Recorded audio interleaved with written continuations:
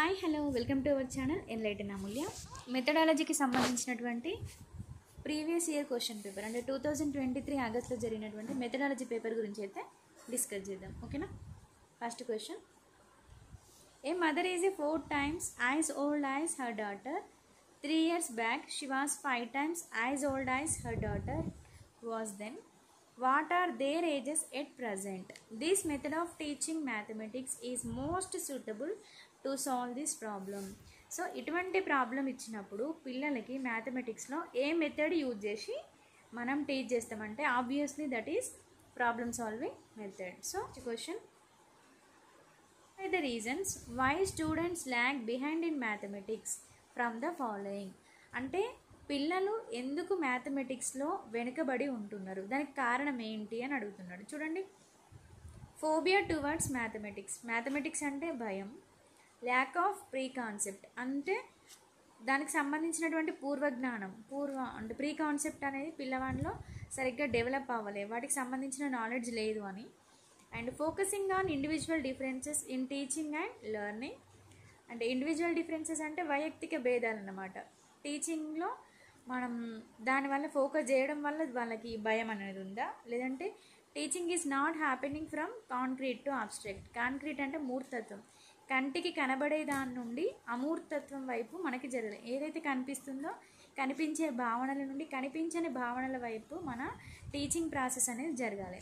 So ఇవి 4 ఇచ్చిండి. ఇక్కడ ఏమంటున్నాడు, మ్యాథమెటిక్స్లో వెనకబడడానికి కారణం ఏంటి అన్నప్పుడు నెగిటివ్సే తీసుకోవాల్సి ఉంటుంది. ఫర్ ఎగ్జాంపుల్ చూడండి, ఏంటి, ఫోబియా టువర్డ్స్ మ్యాథ్స్ అంటే భయం వలన వాళ్ళు వెనుకబడుతున్నారు, నిజమే.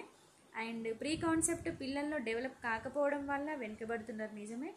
ఇప్పుడు ఇండివిజువల్ డిఫరెన్సెస్ ద్వారా మనం ఫోకస్ చేస్తే వాళ్ళు ఖచ్చితంగా ఎందుకు ముందుకెళ్తారు, వాళ్ళు వెనుకబడరు. సో ఇది రీజన్ కాదు. ఇంకొక రీజన్ ఏంటి, teaching is not happening from concrete to abstract. అందుకే పిల్లలు గణితంలో వెనుకబడి ఉంటున్నారు. ఎప్పుడైనా మ్యాథమెటిక్స్ కాన్సెప్ట్ ఎట్లుండాలి, కాంక్రీట్ టు ఆబ్స్ట్రాక్టే ఉండాలి. For whom the mathematics is useful.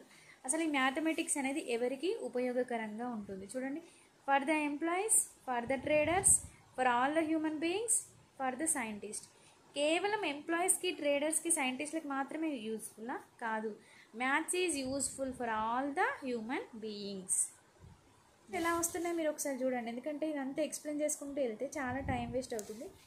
ఓకేనా? చూడండి ఒకసారి క్వశ్చన్స్ ఎలా వస్తున్నాయి, ఆప్షన్స్ ఎలా ఉన్నాయి, ఎలా పిక్ చేసుకోవాలని.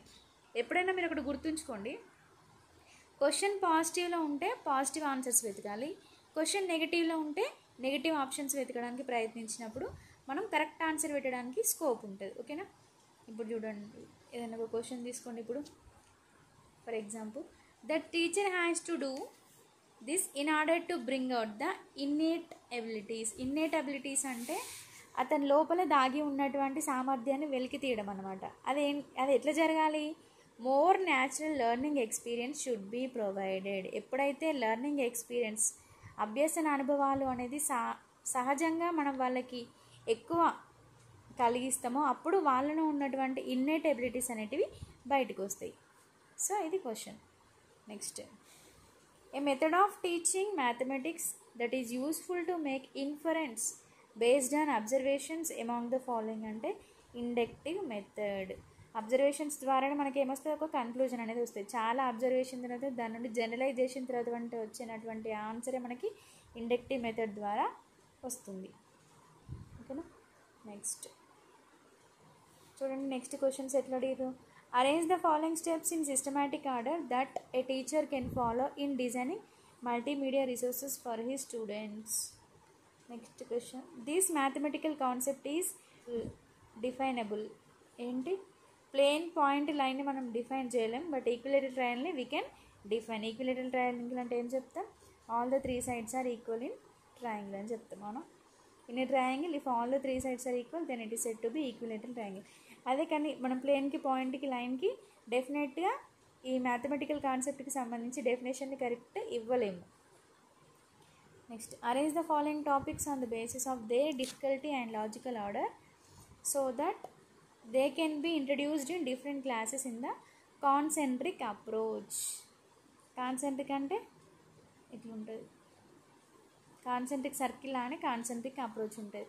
అంటే study of level of depthness అంటే లెవెల్ ఆఫ్ టఫ్నెస్ అనేది క్లాస్కి ఇంక్రీజ్ అవుతుంది అన్నమాట. సో చూడండి వీటిలో ఎట్లా అరేంజ్ చేస్తారంటే చూడండి ఆన్సర్ ఏంటి. ఫస్ట్ ఏం చేయాలి, దేని గురించి, బేసిక్ కాన్సెప్ట్ ఆఫ్ జామెట్రీ ఉండాలి. జామెట్రీ తర్వాత ఏమొస్తాయి, యాంగిల్స్కి సంబంధించిన ఫస్ట్ జామెట్రీ నుండి యాంగిల్స్కి సంబంధించిన కాన్సెప్ట్, తర్వాత ట్రయాంగిల్స్ వస్తాయి,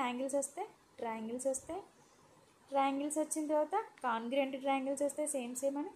దీని నుండి మళ్ళీ సిమిలర్ ట్రయాంగిల్ కాన్సెప్ట్ని చెప్పాలి. సో కాన్సెంట్రిక్ సర్కిల్లో easy to hard, simple to complex అనే మెథడ్లో మనం ఈ టాపిక్స్ని మనం అరేంజ్ చేయాల్సి ఉంటుంది. So this is the order DCBA.